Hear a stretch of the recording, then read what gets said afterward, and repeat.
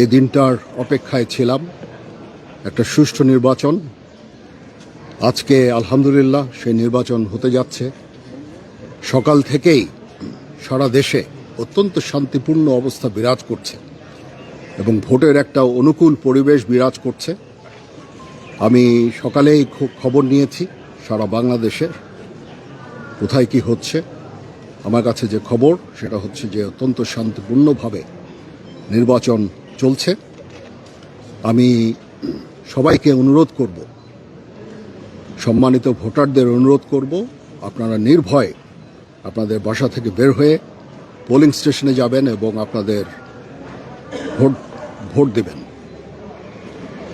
এটা আমাদের জন্য অত্যন্ত গুরুত্বপূর্ণ দিন।